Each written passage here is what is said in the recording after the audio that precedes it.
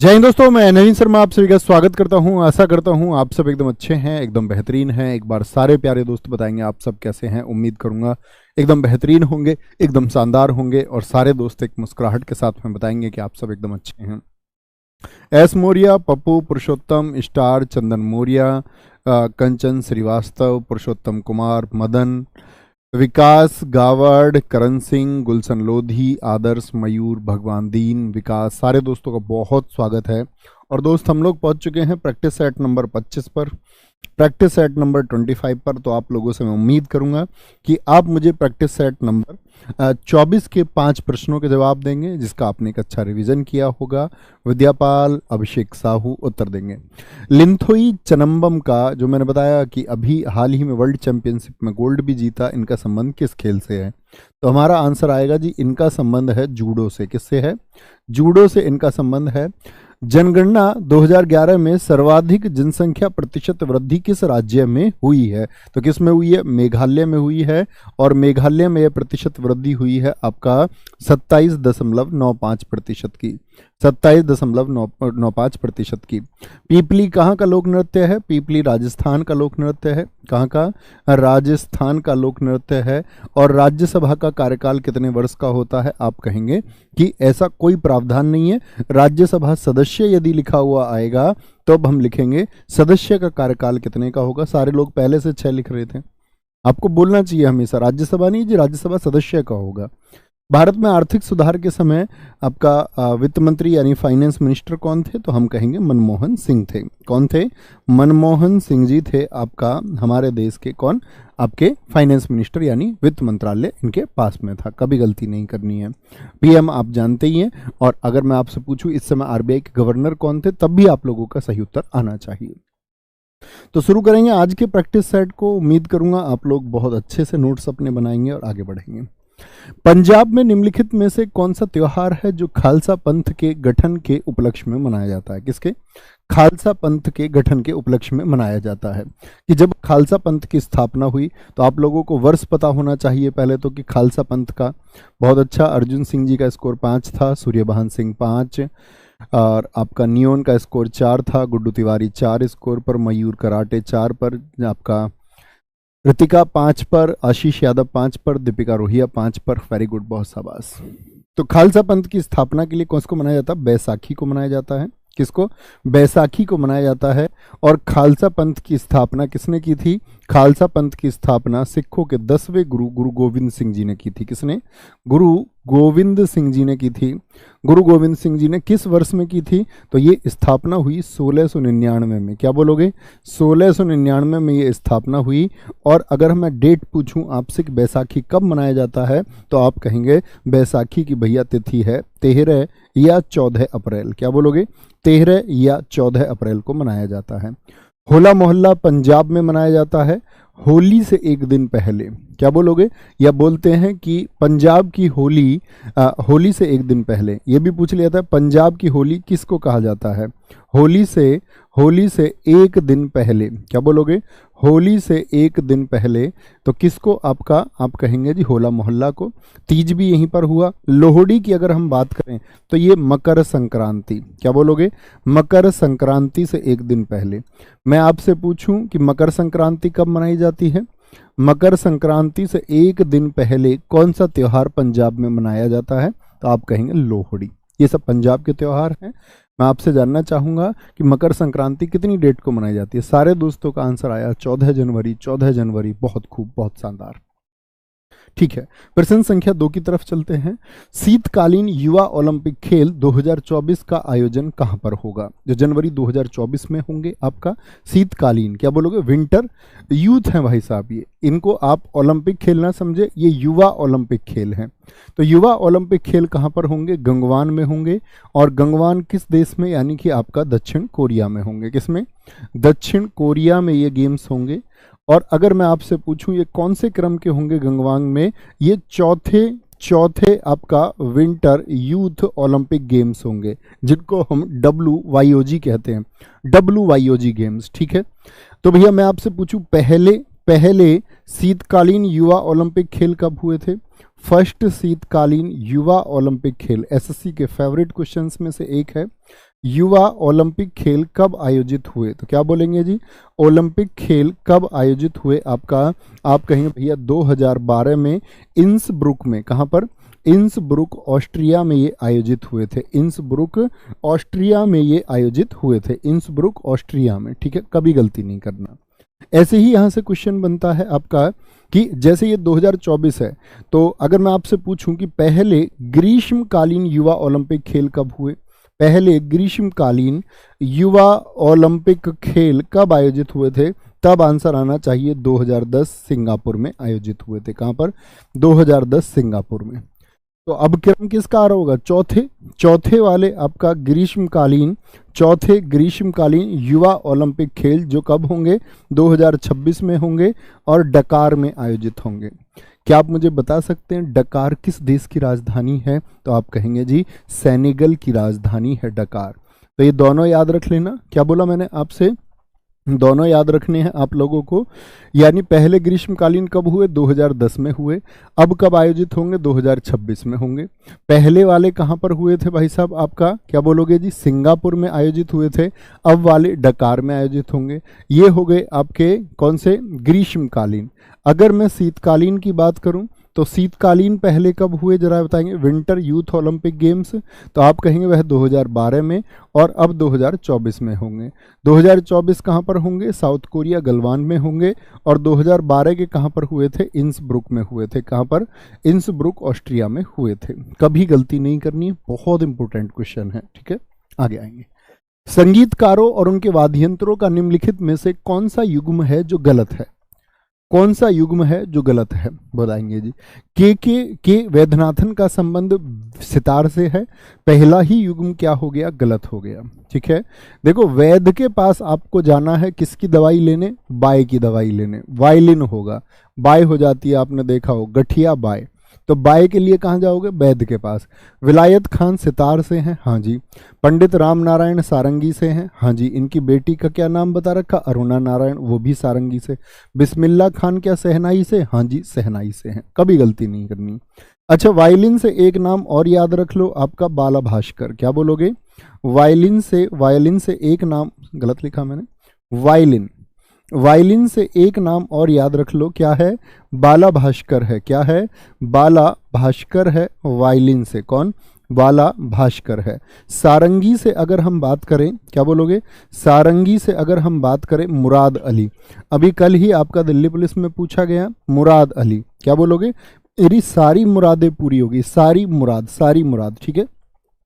शहनाई से मैं आपसे बिस्मिल्ला खान जी के अलावा एक नाम और बताऊं, अली अहमद हुसैन। क्या बोलोगे? अली अहमद हुसैन हो गए, अली अहमद हुसैन हो गए आपका। और तबला से अगर हम बात करें, जो एमटीएस में पूछे गए थे, तबला से अगर हम बात करें, सफत अहमद खान। क्या बोलोगे? सफत अहमद का संबंध किससे है? वो आपका तबला से है। सफत अहमद का संबंध किससे है? क्या बोलेंगे? सफत अहमद का संबंध किससे है? वो तबला से है। कभी गलती मित्र नहीं करनी है। ओके, कोई परेशानी? आगे आते हैं। निम्नलिखित में से कौन सी नृत्य शैली है जो अरुणाचल प्रदेश राज्य से संबंधित है? जिसका संबंध किससे है? बोलेंगे भी फटाफट से। अरुणाचल प्रदेश से है। धमान क्या अरुणाचल प्रदेश से है? धमान तो आपका हिमाचल प्रदेश से है, धमान। और साथ में कौन सा आता है? एक सिद्धि धमाल आता है, सिद्धि धमान भी जिसको कहा जाता है। सिद्धि धमाल कहाँ का है? इसका संबंध किस राज्य से है? बताएं सारे दोस्त। क्या बोलेंगे? भैया ये गुजरात से है। कहाँ से है? ये गुजरात से है। बुइया की अगर हम बात करें, पवारिया कहाँ का है? इया आया तो क्या बोलेंगे जी? बिहार से हो गया। गरबा गुजरात का है, शायद सारे दोस्त जानते होंगे, गुजरात का है। और बुइया कहाँ का है? ये अरुणाचल प्रदेश का है। और अरुणाचल की यदि हम बात करें तो मैं आपसे एक एक डांस और जानना चाहूँगा अरुणाचल का। तो क्या बोलेंगे? पोपीर है जी। क्या? पोपीर है, वांचो है। क्या बोलोगे? वांचो है, बारदो है, बारदो, और पोनुंग है। कौन सा? पोनुंग नृत्य कहाँ पर किया जाता है? पोनुंग डांस। क्या बोलेंगे? पोनुंग डांस। अनुज कुमार जी पोपीर लिखा आपने, एकदम ठीक लिखा है दोस्त, वेरी गुड। मुखोटा नृत्य लिखा है शुभम मौर्या जी ने, बहुत अच्छा लिखा है। अमित राणा जी वेरी गुड, बहुत बढ़िया। बहुत शानदार। Ajit Singh Rahane finally selected. बहुत पुराने दिन से मैं इनका नाम कमेंट में देखता था। उन्होंने लिखा है, नमस्ते भैया जी, selected in MTS by you, not by me दोस्त, it's by your hard work. आपके मेरे दोस्त, हम गले मिलेंगे। मेहर दरबार किस राज्य में है जहां बाबा अलाउद्दीन खान संगीतकार थे? बाबा अलाउद्दीन खान कौन थे? आपका संगीतकार थे। बड़ा नाम रहा है बाबा अलाउद्दीन खान का। बताएंगे जी कहां से? क्या बोलेंगे? उत्तर प्रदेश से, मध्य प्रदेश, त्रिपुरा या फिर छत्तीसगढ़? तो क्या बोलेंगे? बाबा अलाउद्दीन खान आपका मध्य प्रदेश से। और मेहर दरबार कहाँ पर है कभी पूछे जाए? मेहर हाल ही में बहुत चर्चित रहा था, आप लोगों को पता हो, क्योंकि मध्य प्रदेश का हाल ही में जिला घोषित किया गया था मेहर को। मेहर एक बहुत प्रसिद्ध जगह है और इसी मेहर को हम लोग कहते हैं मध्य प्रदेश में एमपी की संगीत नगरी किसको कहा जाता है? एमपी की संगीत नगरी किसको कहा जाता है? मेहर को कहा जाता है। और माँ शारदा की नगरी किसको कहा जाता है? मध्य प्रदेश के किस स्थल को माँ शारदा की नगरी कहा जाता है? माँ शारदा की नगरी, तो क्या बोलेंगे? मेहर को। हाल ही में क्या बना ये आपका? बोलेंगे भाई फटाफट से, क्या बोलेंगे? मेहर का आपका हम कहेंगे मध्य प्रदेश का ये नया जिला बना 2023 में। क्या बना है? ये जिला बन गया एमपी का। ठीक है, अच्छा ठीक है, कोई दिक्कत नहीं। बाबा अलाउद्दीन खान। अच्छा, मेहर घराने की अगर हम बात करें आपसे, बाबा अलाउद्दीन खान से किस किस का संबंध आप जानते हैं? क्या आप मुझे बता सकते हैं बाबा अलाउद्दीन खान की बेटी का क्या नाम है? भैया कैसी बात करते हो? नहीं, इस देश की बड़ी कलाकार है। क्या बोलोगे? रोशन आरा, जिन्होंने पंडित रविशंकर से शादी कर ली थी और अपना नाम कर लिया था अन्नपूर्णा। क्या बोलोगे? अन्नपूर्णा देवी कौन थी? इनकी बेटी हैं अलाउद्दीन खान की। किनकी बेटी हैं? अलाउद्दीन खान की। इन्हीं के बेटे हैं आपका, क्या बोलोगे? अली अकबर खान। ये मेहर घराने के लोग हैं सब। अली अकबर खान ये कौन थे? इनके पुत्र हैं। क्या बोलोगे? पुत्र हैं। और पंडित रविशंकर कौन है? इनके दामाद थे। क्या बोलोगे? पंडित रविशंकर कौन है? इनके पंडित रविशंकर इनके दामाद हैं। पंडित रविशंकर का संबंध किससे है? बताएंगे, इनके दामाद हैं। पंडित पन्नालाल घोष हैं, पंडित निखिल बनर्जी हैं। क्या बोलोगे? पंडित पन्नालाल घोष हैं, पन्नालाल घोष हैं आपके, और पंडित निखिल बनर्जी हैं। कौन हैं? पंडित निखिल बनर्जी हैं। क्या बोलोगे? पंडित निखिल बनर्जी हैं, निखिल बनर्जी हैं आपके। और निखिल बनर्जी के साथ में कौन है आपके? पंडित शांति प्रसाद हैं। क्या बोलोगे? पंडित शांति प्रसाद हैं। ये सब लोग किससे जुड़े हुए हैं आपका? तो हम कहेंगे कि भैया ये सब लोग मेहर घराने से जुड़े हुए हैं। किससे? मेहर घराने से इनका संबंध है। ठीक है, नेक्स्ट। 2023 में ऑस्ट्रेलियन ओपन निम्नलिखित में से किस महीने में आयोजित किया गया था? ऑस्ट्रेलियन ओपन बताएंगे जी। मार्च में, अप्रैल में, जनवरी में या फिर फरवरी में? तो क्या आंसर आएगा हमारा? बताएंगे जी फटाफट से। 4 ग्रैंड स्लैम होते हैं। क्या क्रम है इनका? अफवाह। क्या बोलोगे? अफवाह। क्या बोलते हैं? अफवाह बोलते हैं। ठीक है, तो पहले होता है आपका, क्या बोलोगे? अफबाऊ भी बोलते हैं इसको। अफवाह में तो कंफ्यूज हो जाओगे, अफबाऊ याद रख लो। तो यहाँ पर सबसे पहले महीने में आपका ऑस्ट्रेलियन ओपन ही होता है, फिर आपका फ्रेंच होता है, फिर आपका विंबलडन होता है। ठीक है, विंबलडन होता है, और फिर होता है यूएस ओपन। क्या बोलोगे? यूएस ओपन होता है। ठीक है, अगर ऑस्ट्रेलियन ओपन की बात करें, ये कब होगा आपका? जनवरी में आयोजित होता है। और उसके बाद में फ्रेंच ओपन का कभी महीना पूछे तो मई में आयोजित होगा। विंबलडन आपका जून से जुलाई 2 महीनों के दौरान आयोजित होता है। और यूएस ओपन अगस्त से सितंबर के दौरान आयोजित होता है। अगर मैं आपसे पूछ लूं दोस्त कि इन चारों में अंतर क्या है, तो इनके खेलने में भी अंतर है कि ये तो आपका हार्ड कोर्ट पर आयोजित होता है। ऑस्ट्रेलियन ओपन कहाँ पर आयोजित होता है? हार्ड कोर्ट पर। और यूएस ओपन की भी बात करूं तो ये भी कहाँ पर होगा? आपका हार्ड कोर्ट पर आयोजित होता है। किस पर आयोजित होगा? हार्ड कोर्ट पर आयोजित होता है। फ्रेंच ओपन क्ले यानी कि मिट्टी पर खेला जाता है, और विंबलडन को घास पर खेला जाता है।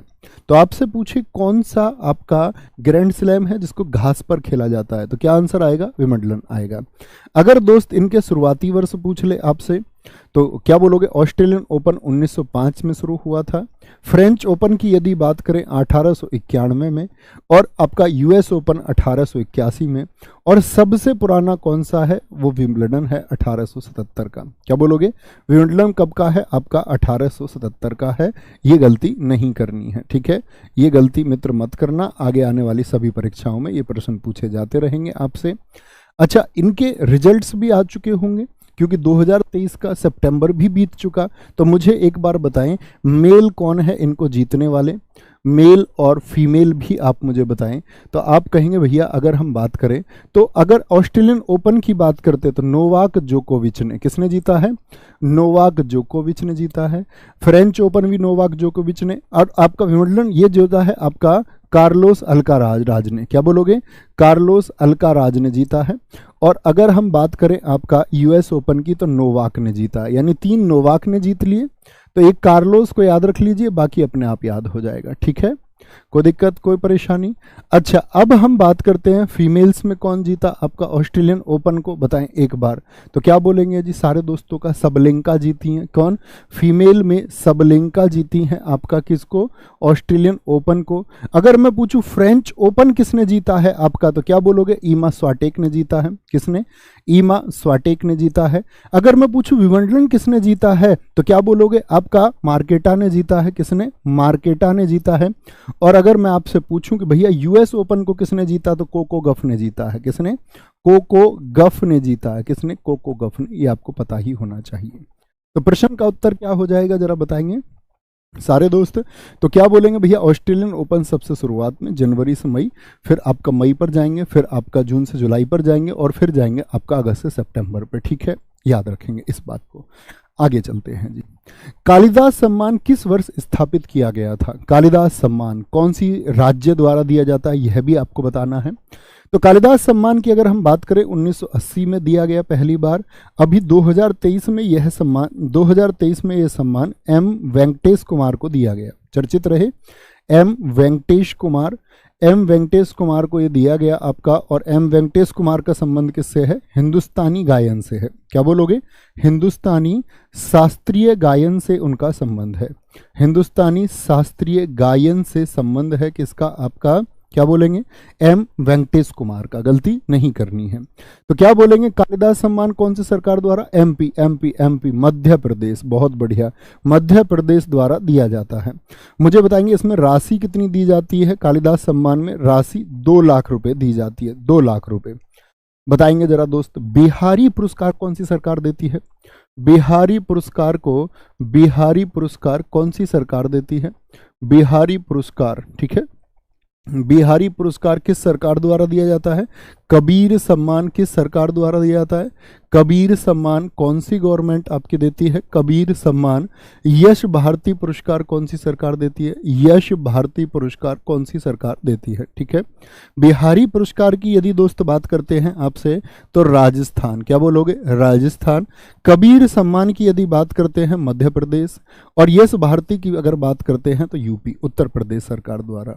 ये और एसएससी का सबसे फेवरेट अवार्ड है आपका कलेमा मणि पुरस्कार। कलेमा मणि पुरस्कार किसके द्वारा दिया जाता है, बता सकते हैं क्या? एक कलेमा मणि पुरस्कार दिया जाता है, किस सरकार द्वारा दिया जाता है? आप सारे दोस्तों से मेरा प्रश्न है और उम्मीद करूंगा सारे दोस्तों का एक ठीक उत्तर आएगा।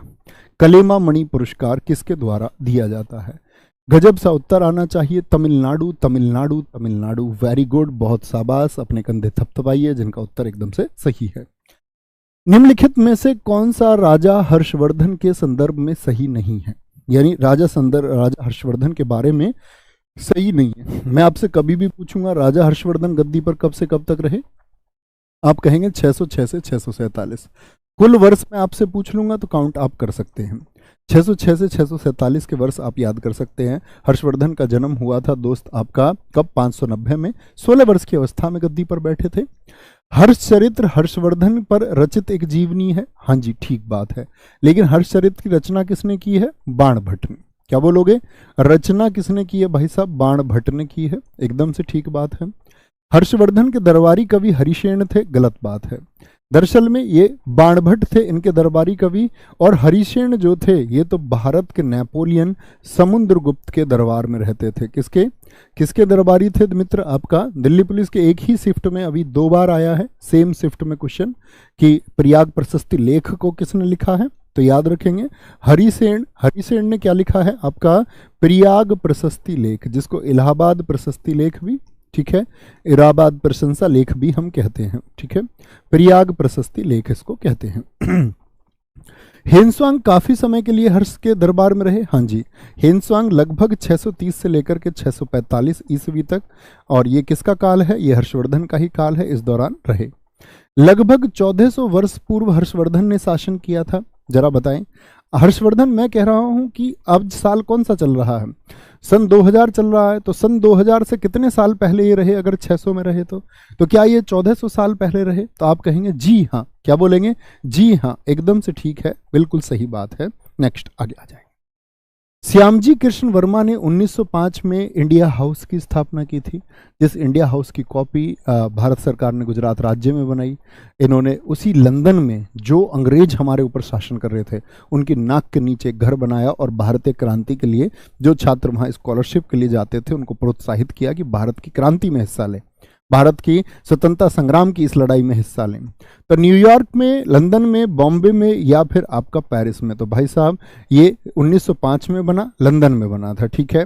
और यही श्यामजी कृष्ण वर्मा थे जिनका मासिक समाचार पत्र था, मासिक मतलब मंथली, मंथली एक न्यूज़पेपर इन्होंने निकाला था। तो बहुत क्वेश्चन पूछा जाता है कि द सोशोलॉजिस्ट का संबंध किससे है? द सोशोलॉजिस्ट, जिसका पूरा नाम था द इंडियन सोशोलॉजिस्ट। क्या बोलोगे? इंडियन सोशोलॉजिस्ट, ठीक है। सोशोलॉजिस्ट का संबंध किससे है? मासिक न्यूज़पेपर है एक, आपका मासिक न्यूज़पेपर, सॉरी, ठीक है। और बम्बई में आर्य समाज के कौन पहले अध्यक्ष थे? बम्बई आर्य समाज के पहले अध्यक्ष कौन थे? क्योंकि पहले तो ये भारत में ही रहते थे, फिर ये चले गए आपका कहाँ पर? एक पुराना घर खरीदा जिसको इंडिया हाउस के नाम से जानते हैं। क्योंकि इस इंडिया हाउस को इसलिए चर्चित है क्योंकि यहाँ पर इस इंडिया हाउस में आपका गांधी जी की भी इनसे मुलाकात हुई जब गांधी जी लंदन गए आपका, या वीडी सावरकर जैसे छात्र इसी इंडिया हाउस में पढ़े, ठीक है। आगे आएंगे, कोई दिक्कत, कोई परेशानी? आगे। निम्नलिखित में से किस राजवंश ने विजयनगर राज्य की स्थापना की? विजयनगर की स्थापना की थी, बताएं जरा। संगम राजवंश ने, सोम राजवंश, नगम राजवंश, या फिर तुलुव राजवंश? तो क्या बोलोगे भैया? विजयनगर साम्राज्य पर 4 वंश हुए जिनका नाम है सस्ता। क्या बोलोगे? सस्ता, उठाओ बस्ता, बोलो भैया, क्या बोलेंगे? पहला वंश था संगम वंश, दूसरा वंश था आपका दोस्त सुलभ वंश। क्या बोलोगे? सुलभ वंश। तीसरा वंश था आपका तलुव वंश, और चौथा था दोस्त अरावीडू वंश। क्या बोलोगे? अरावीडू वंश। एक प्रश्न मैं आपसे पूछूंगा, संगम वंश की स्थापना हुई 1336 और ये चला आपका लगभग 1485 तक। सुलभ वंश रहा आपका 1485 से लेकर के 1505। क्वेश्चन मेरा आप लोगों से ये है कि मुझे बताइए 1505 से 1570 कि विजयनगर पर सबसे कम समय के लिए, ये आपका लगभग 1650 या 49 को कहा जाता है, सॉरी 1507 लिख दिया मैंने, 1570। विजयनगर पर सबसे कम समय के लिए किसने शासन किया, किस वंश ने? तो संगम वंश क्या है? पहला। और मुझे बताइए संगम में पहला शासक कौन था? पहला शासक कौन था जो विजयनगर का? तो आप कहेंगे हरिहर। क्या बोलोगे? हरिहर पहला शासक था, ये याद रखेंगे। और गुरु का नाम क्या था? विद्यारण्य। क्या बोलोगे? गुरु का नाम था विद्यारण्य, कभी गलती नहीं करनी है। राजधानी कौन सी इन्होंने बनाई थी दोस्त संगम की? राजधानी कौन सी बनाई थी इन्होंने? हम्पी बनाई थी, हम्पी, ठीक है। क्योंकि इनके पिता का नाम संगम था तो आपके पिता का नाम पर इन्होंने वंश रखा। नदी किसके किनारे था ये हम्पी? तुंगभद्रा नदी के किनारे। इस बार एसएससी सीजीएल प्रीलिम्स में पूछा गया था कि विजयनगर जो साम्राज्य था वह किस नदी के किनारे स्थित था? तो तुंगभद्रा नदी के किनारे। क्या बोलोगे? तुंगभद्रा नदी के किनारे। मैं पूछूं कि विजयनगर राज्य की स्थापना किस शासक के समय पर हुई? दिल्ली की गद्दी पर कौन था, किस शासक? तो बोलेंगे मोहम्मद बिन तुगलक, क्योंकि मोहम्मद बिन तुगलक ही था 1325 से लेकर के 1351 तक। और विजयनगर की स्थापना कब हुई है? आपका विजयनगर की स्थापना हुई है दोस्त, हम कहेंगे 1336 में। तो कभी गलती नहीं करनी है। ओके, नेक्स्ट है, लोकसभा के चुनाव में किस प्रकार की चुनाव प्रणाली अपनाई जाती है? जो लोकसभा के चुनाव होते हैं जिसमें जनता वोट करती है, तो जब जनता वोट करती है तो कौन सा सिस्टम होता है? प्रादेशिक प्रतिनिधित्व प्रणाली या आनुपातिक प्रतिनिधित्व प्रणाली? तो आनुपातिक तो होती है जब चुनाव ओपन ना हो, जैसे राष्ट्रपति साहब का चुनाव हुआ एकल संक्रमणीय मत पर होता है, ठीक है। लेकिन जब जनता वोट करे तो प्रादेशिक प्रतिनिधित्व प्रणाली। जब मैंने कल भी आपको बताया, बौद्ध का मतलब ये नहीं है कि आप बौद्ध चुन लें एकदम से, ये गलत बात है, ठीक है। इसीलिए तुम्हारे लिए रखा जाता है, तुम्हारी ये आदत खत्म करनी है, परीक्षा में भी तुम यही कर दोगे। तो क्या बोलेंगे, प्रादेशिक प्रतिनिधित्व प्रणाली हमेशा वही हो ये जरूरी नहीं है दोस्त, ठीक है। प्रादेशिक प्रतिनिधित्व प्रणाली किसमें, लोकसभा के चुनाव में अपनाई जाती है। मुझे बताइए संविधान द्वारा कितनी सीटें हैं टोटल लोकसभा के लिए आवंटित। संविधान में आवंटित सीटें लोकसभा के लिए कुल कितनी हैं, आवंटित सीटें कितनी हैं। कुछ दोस्त इसको 550 मान लेते हैं, आप 552 कहना। आप क्या कहेंगे कि भैया 2 एंग्लो इंडियन के लिए हैं, एंग्लो इंडियन का जो आरक्षण है वो खत्म कर दिया गया है, लेकिन सीटों की संख्या के लिए जो परिवर्तन करना होगा वह संशोधन अभी नहीं किया गया है। सीटों की संख्या परिवर्तित नहीं हुई है, सिर्फ 2 एंग्लो इंडियंस का जो रिजर्वेशन है उसको खत्म कर दिया गया है। जैसे ही वह आपका संशोधन भी हो जाएगा तो 550 लिखेंगे फिर, ठीक है। वर्तमान में सीट कितनी है लोकसभा की, जरा बताएं। वर्तमान में सीट कितनी है लोकसभा की, तो क्या बोलोगे, 543 है, 543। मुझे बताइए सबसे ज्यादा लोकसभा सीट किस राज्य में है, तो क्या बोलेंगे भैया, लोकसभा के लिए यहां से सीटों से बड़ा प्रश्न आता है। लोकसभा सीटें सबसे ज्यादा कहां पर, यूपी में है 80 सीट, महाराष्ट्र में है आपका 48 सीट, आपका वेस्ट बंगाल में है 42 सीट, बिहार में है 40 सीट, कितना, बिहार में 40 सीट है, और फिर तमिलनाडु में आपका 39 सीट है। ये क्या है, ये लोकसभा सीट है, ठीक है, ये लोकसभा सीट है। लेकिन जैसे ही हम पूर्वांचल की तरफ चलते हैं, यानी कि पूर्वोत्तर भारत की तरफ चलते हैं, तो अरुणाचल, याद रख लेना दोस्त, एक तो इसको बोलेंगे, देखो अभी याद करा देंगे एक सेकंड में। अरुणाचल प्रदेश हुआ आपका, और अरुणाचल प्रदेश के बाद में फिर त्रिपुरा आता है, त्रिपुरा आता है, फिर आता है आपका मणिपुर, क्या आता है, मणिपुर आता है, फिर आता है गोवा, क्या बोलोगे, गोवा, और फिर एक आपका मेघालय, ठीक है, गोवा भी हमने इसमें शामिल कर लिया है। इन सब में लोकसभा की 2 सीटें हैं, क्या बोलोगे, 2 लोकसभा सीट हैं। कैसे याद करना है, देखो ATM, ATM में क्यों जाते हो, मनी लेने, तो मनी से मणिपुर, क्योंकि M से और भी तो मिजोरम भी तो हो सकता है, तो मिजोरम नहीं याद करना। ATM अरुणाचल हो गया नॉर्थ ईस्ट का, त्रिपुरा हो गया, मणिपुर हो गया, और भैया ATM में से मनी लेके कहाँ गया, वो गोवा गया, और गोवा में तो कह रहा कि मैं तुमको देख के मैं घायल हो गया। गोवा में क्या बोलेंगे, ऐसे बोल लो, ATM से मनी लेके आया और गोवा गए, और कह रहे हैं हम वहाँ गोवा में जाके मेघ के मजे लेंगे, बादलों के। कौन लेंगे मजे, दोनों लेंगे, दोनों लेंगे, ये याद रख लेना। बाकी बचे हुए कौन कौन से बचे, तो वो एक बचेंगे आपका। कौन कौन से बच गए जी भैया, बता दो मुझे जरा ध्यान से। तो क्या बोलेंगे भैया, एक तो बच गया आपका मिजोरम, क्या बच गया, मिजोरम बच गया, मिजोरम। सिक्किम बच गया, सिक्किम, ठीक है। नागालैंड बच गया, क्या बच गया, सिक्किम बच गया, नागालैंड बच गया। इनमें सब में क्या आ जाएंगे, इनको याद ही नहीं करना, फिर इन सब में आ जाएंगे आपका एक एक सीट आ जाएगा, एक एक सीट आ जाएगा, ठीक है। सब के अंदर क्या होगी, एक सीट होगी। दिल्ली के अंदर लोकसभा की सीट कितनी है, किस यूटी में सबसे ज्यादा, दिल्ली में 7 हैं। अब इन सब के बीच में एक असम बच जाता है, असम में है 14, क्या बोलोगे, असम में 14 लोकसभा सीट है, कभी गलती नहीं करनी है। इन सीटों से बार बार घटते क्रम में, बढ़ते क्रम में, बीच बीच में से खोज के प्रश्न पूछता है। असम में कितनी है, सिर्फ यही है नॉर्थ ईस्ट का जिसमें सबसे अलग है, तो सबसे ज्यादा पूछी भी जाती है। आगे आएंगे, नेक्स्ट। गुरुजी नंबर नहीं आ रहे, बेटा कमेंट ऐसे करते रहोगे तो नंबर आएंगे भी नहीं, कभी नावर आएंगे। मेहनत करनी है, सिर्फ बाकी बच्चों की तरह, अच्छे बच्चों की तरह उत्तर दीजिए। प्रार्थना है तुम लोगों से, अपनी पढ़ाई को कभी भटकने मत दो, कुछ उसके अलावा करो मत। कुछ भी बात आप अतिरिक्त करते हैं आपको संरक्षण से दूर ले जाती है। कोरम के संबंध में, कोरम जिसको हम बोलते हैं गणपूर्ति, गणपूर्ति क्या होती है ये बताएंगे। गणपूर्ति के संबंध में कौन सा कथन सही है या नहीं है। कोरम प्रत्येक सदन में पीठासीन अधिकारी को हटाकर कुल सदस्यों का 10वां हिस्सा होता है। तो पीठासीन अधिकारी को हटाया जाता है या टोटल बैठक का होता है, भैया गलत बात है, पीठासीन अधिकारी को नहीं हटाया जाता, बैठक का होता है। कोरम केवल लोकसभा में भी पूरा किया जाता है, लोकसभा में ही नहीं जी, राज्यसभा में भी। क्या बोलोगे, दोनों के लिए चाहिए, राज्यसभा में भी कोरम पूरा होना चाहिए। वहां पर अधिकतम 250 सीटें हैं, तो 25 लोग वहां भी बैठे हुए होने चाहिए। कोरम पूरा होने के लिए लोकसभा में 55 सदस्य और राज्यसभा में 25 सदस्य होने चाहिए। ये क्या सही बात है, तो क्या बोलेंगे भैया, एकदम से सही बात हो जाएगी। यदि प्रधानमंत्री चाहे तो सदन का कोरम गणपूर्ति नहीं है तब भी कार्रवाई शुरू हो सकती नहीं। तो कोरम कितना होता है, बोलो 1/10। क्या होगा, 1/10 हो जाएगा। पृथ्वी की परपटी बनाने वाले खनिज पदार्थ के किसी भी प्राकृतिक पिंड को क्या कहते हैं, किसी भी प्राकृतिक पिंड को क्या कहते हैं।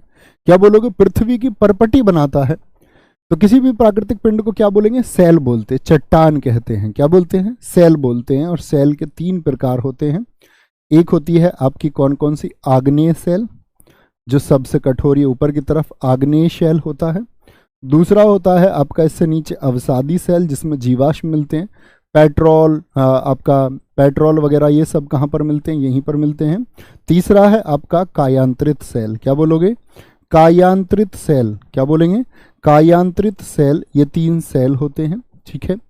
और मैंने आपको एक बात बताई थी, भूपर्पटी पर सबसे ज्यादा कौन सा तत्व पाया जाता है, ये बताएंगे जी। बोलेंगे भी फटाफट से, बोले जी फटाफट से। भूपर्पटी पर सबसे ज्यादा तो क्या बोलोगे? ओसल, ऑक्सीजन, सिलिकॉन, एल्यूमिनियम और फिर लोहा होता है। फिर लोहा होता है, ठीक है, लोहा होता है। विकल्पों में से सही युग्म का चयन करें। कौन सा जोड़ा सही है उसका चयन करना है। दूसरी पंचवर्षीय योजना क्या कृषि पर फोकस थी? क्या बोलोगे? दूसरी पंचवर्षीय योजना क्या कृषि पर फोकस थी? क्या बोलेंगे? भैया गलत बात हो गई। क्या बोलेंगे? प्रथम पंचवर्षीय योजना थी कृषि पर फोकस। तीसरी जो पंचवर्षीय योजना है वो तीव्र औद्योगिकरण और बुनियादी पर मॉडल पर आधारित थी। तो क्या बोलेंगे? भैया नहीं। क्या बोलेंगे? ये दूसरी थी। दूसरी किस पर थी? याद रख, मतलब दूसरी तो हो गई ये, ठीक है। और कुछ लिखा हुआ है? नहीं जी। तीसरी पंचवर्षीय योजना, यानी ये बात भी क्या हो गई? गलत हो गई। और आपका कृषि पर फोकस प्रथम हो गई। पहली पंचवर्षीय योजना क्या महालनोबिस मॉडल पर आधारित थी? गलत बात है। ये तो कौन सी थी? इस पर, महालनोबिस पर सेकंड थी। और प्रथम किस पर थी? प्रथम तो भैया हेराल्ड डोमर पर थी। कौन सी? हेराल्ड डोमर मॉडल पर आधारित थी, ठीक है जी। चौथी पंचवर्षीय योजना में परिवार नियोजन कार्यक्रम दिया गया। हाँ जी, एकदम से ठीक है, एकदम से ठीक है। गाडगिल फॉर्मूला किसमें दिया गया? क्या बोलोगे? गाडगिल फॉर्मूला ये भी चौथी पंचवर्षीय योजना में दिया गया। 14 बैंकों का राष्ट्रीयकरण, इसका कार्यकाल तुम मुझे बता दो। 14 बैंकों का जो नेशनलाइज किया गया, 14 बैंकों को जो उनका राष्ट्रीयकरण किया गया, ये कब किया गया? आपका इसी योजना में किया गया, ठीक है। चौथी, तो मुझे चौथी का कार्यकाल बता दो क्या होगा। तो पहली का क्या है आपका? पहली का 1951 से 56, दूसरी का 1956 से 61, और तीसरी का क्या होगा? 1961 से 66 होगा। फिर 66 से 69 तक क्या रहा? 66 से 69 तक 66, 67, 67, 67, 68 से 69, और 1969 से 74 ये कौन सी है? ये चौथी है। क्या बोलोगे? कब से शुरू हुई? 1969 से। जिन दोस्तों ने लिखा बहुत शाबाश, 1969 से शुरू हुई। देश के केंद्रीय बैंक का निम्नलिखित में से कौन सा कार्य नहीं है? देश का केंद्रीय बैंक, तो केंद्रीय बैंक कौन सा है देश का? रिजर्व बैंक ऑफ इंडिया है दोस्त, ये बात तो सब जानते हैं। किस एक्ट से स्थापना हुई इसकी? तो देश की मुद्रा आपूर्ति को कंट्रोल करेगा, मनी सप्लाई को कंट्रोल करता आरबीआई। हाँ जी, आप पैसा जमा करना चाहें जनता से जमा, आप चाहें कि आरबीआई में आपके पैसे जमा हो जाएं, तो आप कर सकते हैं क्या? आप कहेंगे जी नहीं, गलत बात है। आरबीआई से जमा कौन स्वीकार करते हैं? वह होते हैं हमारे कौन से? कॉमर्शियल बैंक होंगे या नॉन कॉमर्शियल बैंक होंगे, लेकिन सेंट्रल बैंक एक्सेप्ट नहीं करेगा। यह सरकार के लिए एक बैंकर के रूप में काम करता है। हाँ जी। यह देश की मुद्रा जारी करता है। हाँ जी, बिल्कुल जारी करता है। क्या बोलोगे? सरकार का बैंकर कौन होता है? यही होता है। अगर मैं पूछूं, यह सरकार का बैंकर होता है, जनता का बैंकर नहीं होता, यह सरकार का बैंकर होता है। ये एकदम से ठीक है, ठीक है। एक कथन पूछा जाता है, क्या केंद्रीय बैंक ऋण देता है? आरबीआई से आप पैसा उधार ले सकते हैं, ये बात भी याद रखिए। आरबीआई ऋण दे सकता है या नहीं? आरबीआई ऋण दे सकता है, तो आप क्या बोलोगे? भैया गलत बात है। ये क्या हो गई? ये एक गलत बात हो गई, ठीक है। कोई भी केंद्रीय बैंक ऋण नहीं देता है।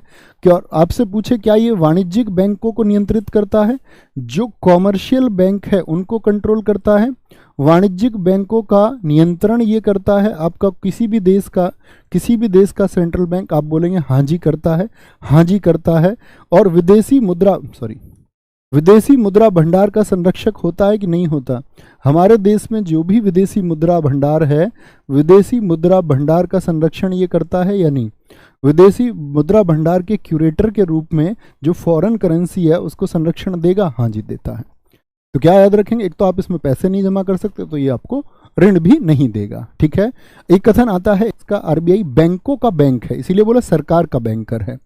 बैंकों का बैंक कौन है? वह आरबीआई है। कभी गलती नहीं करनी है। आगे आए, वेग एक विशेष दिशा में है। वेग क्या होता है? वेग दूरी को कह देंगे क्या? दूरी से तो कोई मतलब ही ना हुआ। विशेष दिशा में हुआ तो दूरी बराबर क्या होता है? दूरी बराबर होता है चाल गुणा समय होता है। क्या होता है? चाल गुणा समय होता है। अच्छा, यहां से मैं चाल को निकालूं तो चाल बराबर क्या हो जाएगा? एक तय की गई दूरी है और एक निश्चित समय में है तो विशेष दिशा में हो जाएगी। तो विशेष दिशा में यानी इसको हम चाल कहते हैं। त्वरण क्या होता है? त्वरण होता है वेग परिवर्तन की दर। क्या बोलोगे? त्वरण होता है वेग परिवर्तन की दर। क्या बोलोगे? वेग परिवर्तन की दर होता है। ठीक है, वेग परिवर्तन की दर। निम्नलिखित में से कौन सा सोडा लाइम है? बोलेंगे जी, निम्नलिखित में से कौन सा है जो सोडा लाइम कहलाता है? सोडा लाइम जिसको हम कहेंगे CaCl2 और कार्बन ऑक्साइड कैल्शियम ऑक्साइड होगा, या सोडियम हाइड्रोक्साइड और कैल्शियम ऑक्साइड होगा। तो क्या बोलोगे? इसका नाम होगा आपका सोडियम OH का मतलब क्या हो गया? हाइड्रोक्साइड। मैंने एक दिन दोस्त आपको परमाणु क्रमांक याद करने को दिए थे, तुमने याद किए? थम्स अप करो एक बार। तो सोडियम का परमाणु क्रमांक बताओ और कैल्शियम का भी बताओ, दोनों के बताने हैं। कैल्शियम ऑक्साइड हो गया। क्या हो गया? कैल्शियम ऑक्साइड हो गया आपका, कैल्शियम ऑक्साइड होगा। ठीक है, बोलेंगे जी एक बार। याद किए थे? सोडियम का 11 जी, कैल्शियम का 20। मनोज कुमार जी ठीक उत्तर है। लकी राज, अनिल कुमार और आपका नो वालों को मत दिखाओ, जो नो लिख रहे हैं याद नहीं करना, जो उत्तर दे रहे हैं उनका नाम दिखाया करो, जो बच्चा आंसर करता है। फोन यार, रोहन कुमार वेरी गुड। पंकज यादव, दीपांकर जी एकदम सही उत्तर है दोस्तों, वेरी गुड। फ्रांसीसी सरकार द्वारा किस भारतीय संगीतकार को सेवेलियर अवार्ड से सम्मानित किया गया है? अभी हाल ही में सेवेलियर अवार्ड किसको दिया गया? शशांक सुब्रमण्यम, अरुण साईराम, गजल श्री या ए और बी दोनों? तो किसको दिया गया है? ए और बी दोनों को दिया गया है। शशांक सुब्रमण्यम को भी दिया गया है और अरुणा साईराम को भी। क्या आप मुझे बता सकते हैं कि शशांक सुब्रमण्यम भारत में किस क्षेत्र में प्रतिनिधित्व करते हैं? तो शशांक सुब्रमण्यम की अगर बात करें तो ये बांसुरी से संबंधित है, और जब इनको अवार्ड मिल गया तो आगे आने वाली परीक्षाओं में बहुत इंपॉर्टेंट हो जाएंगे। अरुणा साईराम की बात करें तो कर्नाटक म्यूजिक, कर्नाटक संगीत से हैं। अब मुझे एक बात बताओ, कर्नाटक संगीत उत्तर भारत का है या दक्षिण भारत का है? या मैं आपसे पूछूं किस शास्त्रीय नृत्य में कर्नाटक संगीत का प्रयोग होता है? तो ये दक्षिण का है जी, और दक्षिण में कुचिपुड़ी में इसका प्रयोग होता है, कुचिपुड़ी में इसका प्रयोग होता है। ठीक है, कर्नाटक का। अच्छा, अभी मुझे बताओ, सार्क ने अभी south Asian association for regional cooperation ने साहित्यिक पुरस्कार दिया। सार्क साहित्यिक पुरस्कार 2023 किसको दिया गया है? साहित्यिक अवार्ड जो है, लिटरेचर अवार्ड है आपका 2023 का, किसको दिया गया है? तो क्या बोलोगे? मुजब्बिर बुर रहमान को। क्या बोलोगे? मुजब्बिर उर रहमान को दिया गया है। और ये कौन है? बंगबंधु हैं, बंगबंधु। किस देश से संबंध है इनको? किस देश के पिता कहते हैं? फादर ऑफ बांग्लादेश इन्हीं को कहते हैं, फादर ऑफ बांग्लादेश इन्हीं को कहते हैं। जर्मन बुक ट्रेड शांति पुरस्कार किसको मिला है? जर्मन बुक ट्रेड शांति पुरस्कार 2023 किसको मिला है? शांति पुरस्कार 2023 किसको मिला है? आपका बताएंगे किसको मिला है? आपका सलमान रश्दी को मिला है। किसको मिला है? सलमान रश्दी को मिला है। किसको मिला है? सलमान रश्दी को मिला है। गलती नहीं करनी है, सलमान रश्दी को मिला है। ठीक है, अगर मैं आपसे पूछूं संगीत कला निधि पुरस्कार 2023 किसको मिला है? संगीत कला निधि पुरस्कार कर्नाटक के किसको मिला है? संगीत कला निधि पुरस्कार 2023 किसको मिला है आपका? तो क्या बोलोगे? इंपोर्टेंट क्वेश्चन है। तो बॉम्बे जयश्री को मिला है। किसको? बॉम्बे जयश्री को मिला है। और जब मैं आपको करंट के निश्चित या कुछ चुनिंदा सवाल कराता हूँ, ये बहुत महत्वपूर्ण होते हैं परीक्षाओं के लिए। ठीक है, और अभी मिला है आपका 2023 का ही राजा राम मोहन राय पुरस्कार। क्या बोलोगे? 2023 का, यही लिख लेते हैं कहीं, 2023 का राजा राम मोहन राय पुरस्कार किसको मिला है? राजा राम मोहन रॉय अवार्ड, मोहन रॉय पुरस्कार, ये किसको मिला है? तो क्या बोलेंगे जी? ये मिला है आपका, किसको मिला है? ये मिला है आपका AB के प्रसाद जी को। किसको? AB के प्रसाद जी को ये मिला है। किनको मिला है? AB के प्रसाद जी को मिला है। AB के, ठीक है, AB के प्रसाद जी को मिला है। आगे आते, हाल ही में भारत के विपक्षी दलों की पार्टियों ने वर्ष 2024 के चुनाव के लिए किस नाम से एक गठबंधन बनाया है? बोलेंगे किस नाम से गठबंधन बनाया है? तो गठबंधन का नाम रखा गया है इंडिया, यानी कि इंडियन नेशनल डेवलपमेंटल, इसका फुल फॉर्म आपसे कभी भी पूछा जा सकता है, इंडियन नेशनल डेवलपमेंटल, क्या बोलोगे, Indian national developmental inclusive alliance, क्या बोलोगे, इंक्लूसिव अलायंस। इसमें क्या है कि सारे विपक्षी दल एक साथ हो गए हैं, सारे विपक्षी दल एक साथ हो गए हैं, और कितने दल हैं ये, 26 विपक्षी दलों ने मिलकर के बनाया है। अब किसके विपक्षी दल हैं ये एनडीए के विपक्षी दल हैं। किसके विपक्षी दल हैं, तो बीजेपी का दल कौन सा है, भारतीय जनता पार्टी का दल कौन सा है, आप मुझे बता सकते हैं भारतीय जनता पार्टी की स्थापना किस वर्ष की गई थी। तो बीजेपी का जो दल है वो है एनडीए, इसको बोलते हैं नेशनल डेमोक्रेटिक अलायंस। तो किसके खिलाफ हो गया है ये दल, बाकी सारी पार्टियां 26 विपक्षी दल एनडीए यानी नेशनल डेमोक्रेटिक, क्या बोलोगे, नेशनल डेमोक्रेटिक अलायंस के खिलाफ ये हो गए हैं।